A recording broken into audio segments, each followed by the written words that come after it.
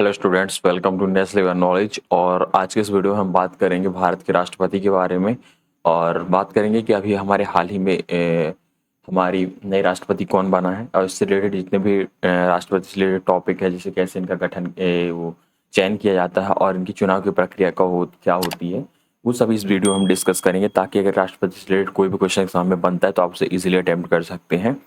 यदि आपने चैनल पे पहली बार है तो नीचे रेड कलर का सब्सक्राइब का बटन होगा, उसे प्रेस कर दीजिए। और यदि आप इस वीडियो का पीडीएफ चाहते हैं तो आप हमारे टेलीग्राम ग्रुप को ज्वाइन कर सकते हैं। नीचे डिस्क्रिप्शन में आपको लिंक दे दूंगा, वहां से आप इस वीडियो को पीडीएफ को डाउनलोड कर सकते हैं। देश की जो 15वीं राष्ट्रपति बनी है अभी द्रौपदी मुर्मू बनी है, जो कि अभी 25 तारीख को शपथ ग्रहण करने के बाद वे भारत की राष्ट्रपति बन जाएंगे। और ये देश की 15वीं राष्ट्रपति हैं और ये देश की पहली महिला आदिवासी राष्ट्रपति हैं।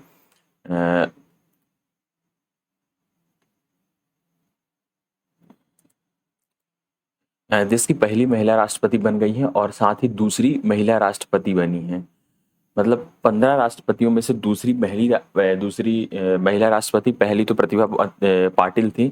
और अगर बात की जाए आदिवासी राष्ट्रपति, तो ये पहली आदिवासी राष्ट्रपति बनी है, पहली महिला आदिवासी राष्ट्रपति। वहीं भारत में संसदीय शासन प्रणाली अपनाई गई है, जो कि ब्रिटेन के नमूने पर है। और भारत का राष्ट्रपति संवैधानिक एवं नाम मात्र का प्रमुख होता है, जबकि वास्तविक कार्यपालिका जो होती है प्रधानमंत्री की अध्यक्षता में केंद्रीय मंत्रिमंडल होता है।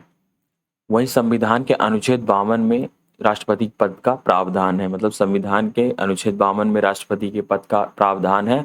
और भारत में जो है संसदीय प्रशासन प्रणाली है, जो कि ब्रिटेन से अपनाई गई है। ये भी क्वेश्चन हो सकता है कि भारत में जो संसदीय शासन प्रणाली ली गई है वो कहाँ से ली है, तो ये ब्रिटेन से ली गई है। और भारत का राष्ट्रपति जो होता है संवैधानिक एवं नाम मात्र का प्रमुख होता है।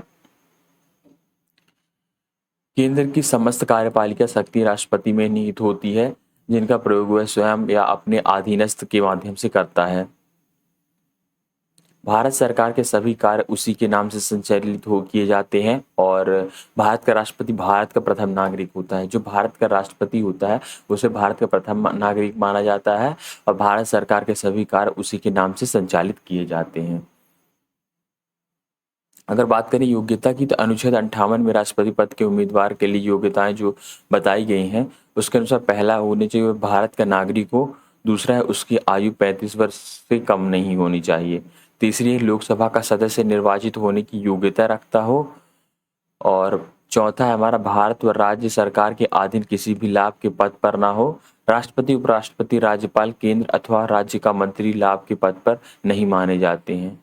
जो राष्ट्रपति होता है, उपराष्ट्रपति होता है, राज्यपाल होता है, और केंद्र और राज्य के जो मंत्री होते हैं वो लाभ के पद पर नहीं माने जाते हैं। निर्वाचन की अगर हम प्रक्रिया की बात करते हैं, तो भारत में राष्ट्रपति का जो चुनाव होता है एक निर्वाचन मंडल के द्वारा किया जाता है, जिसमें लोकसभा, राज्यसभा और राज्यों एवं केंद्र शासित प्रदेशों की विधानसभाओं के केवल निर्वाचित सदस्य भाग लेते हैं। मनोनीत सदस्यों को इसमें शामिल नहीं किया जाता है। जो भारत के राष्ट्रपति का जो चुनाव होता है वो निर्वाचन मंडल के द्वारा होता है, जिसमें लोकसभा और राज्यसभा तथा राज्य के एवं केंद्र के प्रदेशों के विधानसभाओं के केवल निर्वाचित सदस्य भाग लेते हैं। और इस प्रकार राष्ट्रपति की राष्ट्रपति सीधे जनता का द्वारा नहीं चुना जाता है। राष्ट्रपति का चुनाव अप्रत्यक्ष रूप से एकल संक्रमण मत पद्धति के समानुपातिक प्रणाली के आधार पर होता है। वही समानुपातिक प्रणाली का मतलब क्या होता है यह देखते हैं कि प्रत्येक जन प्रतिनिधि के मत का मूल्य उस जनसंख्या के अनुपात में होता है जिसका वह प्रतिनिधित्व करता है। इस प्रकार एक सांसद के मत का मूल्य विधायक के मत के मूल्य से बहुत अधिक होता है। मतलब एक प्रकार का एक सांसद के मत का जो मूल्य होता है वो विधायक के मत के मूल्य से बहुत अधिक होता है। और बात की जाए मतदान जो होता है वो गुप्त होता है। आगे निर्वाचन के मत का मूल्य की बात की जाए, तो विधानसभा के प्रत्येक निर्वाचित सदस्य का मत का मूल्य राज्य की कुल जनसंख्या को उस राज्य की विधानसभा के कुल निर्वाचित सदस्यों की संख्या से भाग देने से प्राप्त फल को फिर 1000 से भाग देने पर संख्या बराबर होती है। मतलब विधानसभा के प्रत्येक निर्वाचित जो सदस्य का जो मत का मूल्य होता है, मतलब जो उनकी बात की जाए अगर विधानसभा के सदस्यों की, तो उनकी वोटिंग का कुछ वैल्यू होती है, उस वैल्यू को कुल जनसंख्या को उस राज्य के विधानसभा के कुल निर्वाचित सदस्यों की संख्या से भाग देते हैं। मत के मूल्य की जो राज्य की कुल जनसंख्या होती है उस राज्य की विधानसभा के कुल निर्वाचित सदस्य जो कि चुनाव में वोटिंग करने के एलिजिबल होते हैं उनकी संख्या से भाग दिया जाता है। फिर प्राप्त जो भी संख्या होती है उसे 1000 से भाग देने पर संख्या के बराबर होती है। संसद के प्रत्येक निर्वाचित सदस्य का मत का मूल्य सभी राज्यों और दिल्ली पांडिचेरी विधानसभाओं के कुल निर्वाचित सदस्यों के मत के मूल्यों के कुल योग को संसद कुल निर्वाचित सदस्यों की संख्या से भाग देने से प्राप्त संख्या के बराबर होता है।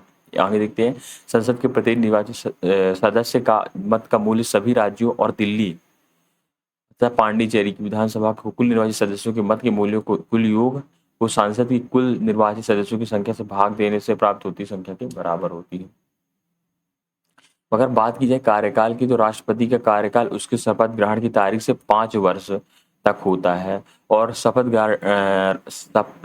राष्ट्रपति को उसके पद और गोपनीयता की शपथ सर्वोच्च न्यायालय के मुख्य न्यायाधीश के द्वारा दिलाई जाती है।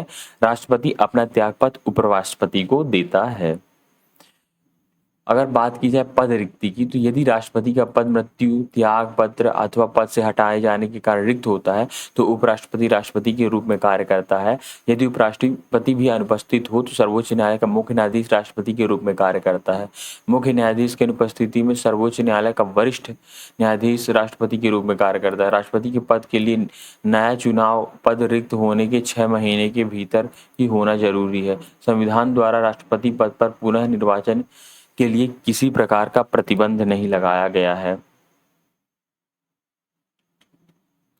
अगर बात की जाए शक्तियां, भारतीय संविधान के द्वारा राष्ट्रपति को विविध प्रकार की शक्तियां प्रदान की गई हैं। उसमें पहली शक्ति है जो होती है वो होती है कार्यपालिका की शक्तियां। केंद्र सरकार की समस्त शक्तियां राष्ट्रपति में निहित होती हैं। उसी के नाम से देश की नीतियों का संचालन होता है। उसे विशेष पदों पर नियुक्ति का अधिकार प्राप्त होता है। वह प्रधानमंत्री सहित अन्य मंत्रियों, सर्वोच्च न्यायालय एवं उच्च न्यायालय के न्यायाधीशों, नियंत्रक, महालेख परीक्षक, चुनाव आयुक्त, विभिन्न राष्ट्रीय आयोगों के अध्यक्ष एवं सदस्य तथा राज्यपालों की आदि की नियुक्ति करता है। वहीं भारत का राष्ट्रपति भारत में विदेशी के राजपूतों को पहचान पत्र का स्वीकार करता है तथा विदेशियों में भारतीय राजपूतों को नियुक्ति पत्र जारी करता है। बात की जाए विधायी शक्तियों में, तो भारत का जो राष्ट्रपति होता है, भारत के राष्ट्रपति संसद का अभिन्न अंग होता है क्योंकि उसके हस्ताक्षर के बाद ही कोई विधेयक कानून बनता है। वह संसद का सत्र बुलाता है और सत्रावसान करता है। वह संसद को भंग भी कर सकता है प्रधानमंत्री की सलाह पर। वह लोकसभा के प्रथम सत्र को संबोधित करता है। संसद का संयुक्त अधिवेशन बुलाकर अभिभाषण कर सकता है। नए राज्य के निर्माण, धन विधेयक एवं संचित निधि से खर्च करने वाला कोई भी विधेयक राष्ट्रपति की पूर्वानुमति के बिना संसद में प्रस्तुत नहीं होता है। वह लोकसभा में भारतीय समुदाय से 2 लोगों को तथा राज्यसभा में कला, साहित्य, विज्ञान तथा समाज सेवा के क्षेत्र में ख्याति प्राप्त 12 लोगों को मनोनीत कर सकता है। वह लोकसभा के अंग में भारतीय समुदाय के 2 लोगों को तथा राज्य के कला, साहित्य, विज्ञान और समाज सेवा के क्षेत्र में ख्याति प्राप्त 12 लोगों को मनोनीत कर सकता है। संविधान के अनुच्छेद 123 के अंतर्गत असामान्य स्थितियों में अध्यादेश जारी कर सकता है। न्यायिक शक्तियों की अगर बात की जाती है तो अनुच्छेद 72 के तहत राष्ट्रपति को किसी अपराधी की सजा को क्षमा करने, रोकने को कम करने का अधिकार है। वह कोर्ट मार्शल की सजा को भी क्षमा कर सकता है। वह लोकप्रिय के प्रश्न पर सर्वोच्च न्यायालय की राय ले सकता है तथा यह भी जरूरी नहीं है कि वह इस प्रकार लिए गए राय को माने। अनुच्छेद 143। सैन्य शक्तियां, भारत का राष्ट्रपति रक्षा बलों का सर्वोच्च कमांडर होता है। अनुच्छेद 53 के अंतर्गत उसे युद्ध और शांति की घोषणा करने तथा सेना के अभियान हेतु आदेशित करने की शक्तियां। विवेकाधीन शक्तियां, भारतीय संविधान के अनुसार राष्ट्रपति मंत्रिपरिषद की सलाह पर कार्य करता है किंतु विशेष परिस्थितियों में उसे अपने विवेक से काम करना पड़ता है। न्यायिक शक्तियां और सैन्य शक्तियां के बाद अब हम देखते हैं आपातकाल की शक्तियां क्या होती हैं।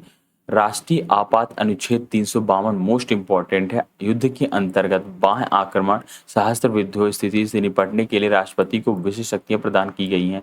राष्ट्रीय शासन अनुच्छेद 356 के अंतर्गत यदि किसी राज्य की प्रशासनिक मशीनरी संविधान के अनुसार नहीं चल जा रही है तो राष्ट्रपति उस राज्य की सरकार को भंग कर राष्ट्रीय शासन घोषित कर सकता है। ये होता है किसके अंतर्गत होता है? तो ये होता है संविधान 356 के अंतर्गत, और राष्ट्रीय आपातकाल की घोषणा जो होती है अनुच्छेद 352 के अंतर्गत होती है। महाभियोग के बारे में देखते हैं। अनुच्छेद 61 के अंतर्गत राष्ट्रपति को उसकी पदावधि की समाप्ति के पहले संविधान के उल्लंघन के आरोप में महाभियोग लगाकर पद मुक्त किया जा सकता है। संसद के किसी भी सदन में महाभियोग की प्रक्रिया 14 दिन पूर्व सूचना के साथ शुरू की जाती है, बशर्ते उस सदन के 1/4 सदस्य लिखित प्रस्ताव द्वारा सहमति व्यक्त करें। आरोप का अन्वेषण अनिवार्य रूप से किया जाना चाहिए। इस दौरान राष्ट्रपति को अपना पक्ष प्रस्तुत करने का अधिकार होता है। यदि संसद के दोनों सदनों को 2/3 बहुमत से प्रस्ताव पारित कर देते हैं तो राष्ट्रपति को पद मुक्त कर दिया जाएगा।